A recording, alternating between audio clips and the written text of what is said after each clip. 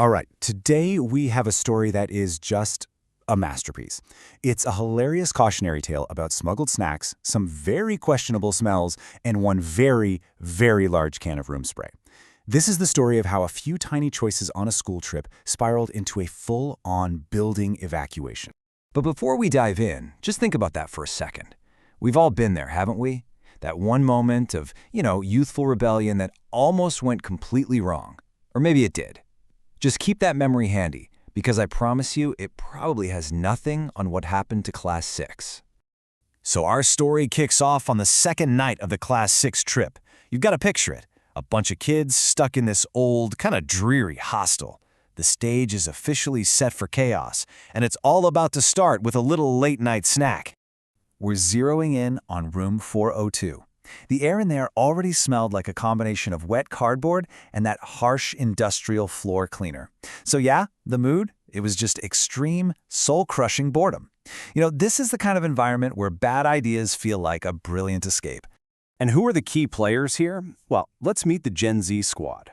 They're this group of friends who were united by two very important things: a secret stash of snacks they absolutely weren't supposed to have, and a boredom level that was hitting a critical point. They were about to make their own entertainment. So what was the grand plan? Oh, it was simple, but so effective. Step 1, use the extra spicy instant noodles as the foundation. Step 2, for a little extra crunch and, pain, throw in 3 bags of those flaming hot chips. And step 3, wash it all down with a full liter of soda. I mean, what could possibly go wrong? And here we go. This is the moment the story takes a very, very fragrant turn. The feast itself, a huge success. But as we all know, every action has an equal and opposite reaction. And in this case, that reaction was, well, let's just say it was biological. So about an hour goes by. The sugar rush is long gone, and in its place comes this deep, rumbling feeling of regret. You know the one. The official term here apparently is spicy noodle regret, a feeling I think a lot of us can unfortunately relate to. Now, every great story needs a catalyst, right? An inciting incident. In this story, it was delivered by a friend known only as the human foghorn. His stomach started making noises like a construction site, right before he unleashed what could only be described as a silent but deadly gift into the small enclosed space of room 402. So the air in the room is now compromised.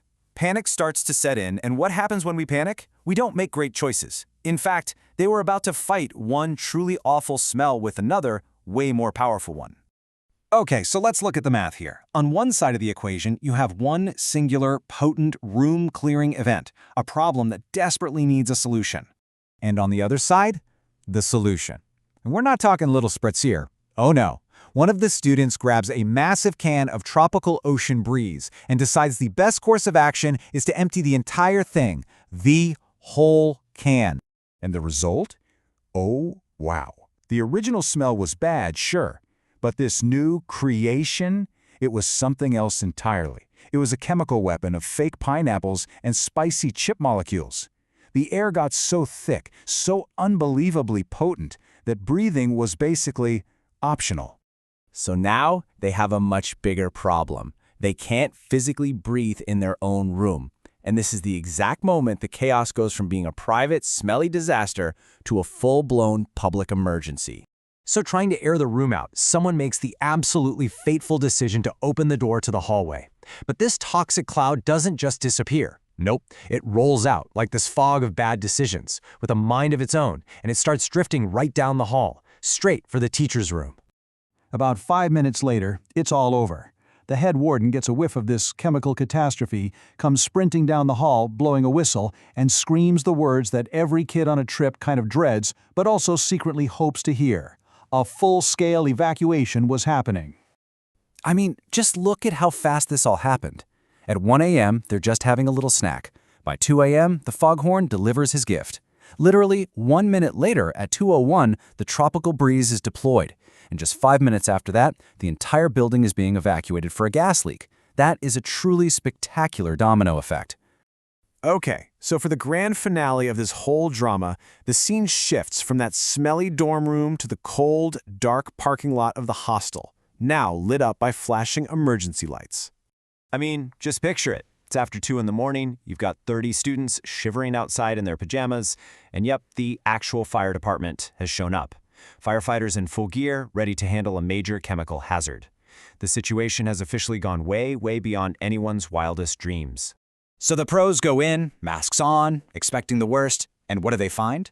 Is it a gas leak, a chemical spill? No. They find the evidence. One completely empty can of room spray, the sad remains of 3 noodle cups, and one student looking very, very guilty. And this all leads to the perfect ending. The fire captain comes out, takes off his helmet, looks at the completely baffled teacher, and delivers this absolute gem. It wasn't a gas leak, it wasn't a hazmat situation, it was, as he so perfectly put it, a very concentrated case of bad decisions. And really, that's what it all boils down to. It started with some spicy noodles and ended with the fire department. It's just a hilarious reminder of how one tiny, seemingly harmless choice can cascade into something so monumentally absurd. Which kind of makes you think, doesn't it? What was your tropical ocean breeze moment?